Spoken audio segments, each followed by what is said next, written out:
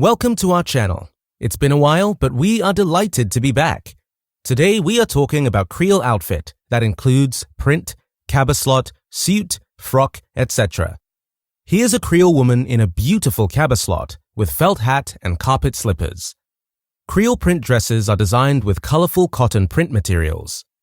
Print designs like these are exclusive to Creole outfits. Print dresses used to be sewn using a pattern. Nowadays, print dressmakers use a special sewing machine to create the print designs. Here's an elegant Creole woman with a long frock dress and a man fully suited in the early 20th century. These are Creole people in mid-20th century on a night out. Creole men typically wear suits for formal events, including weddings, funeral, dinner, etc. These days, Creoles also wear dress pants and shirts with or without a tie for men. Young Creole ladies dressed up for a church confirmation ceremony in the 20th century, and the young man in the 21st century is in a black shirt with a white bow tie. Here's a Creole mammy after a church service on Sunday and later relaxing at home in a beautiful print dress.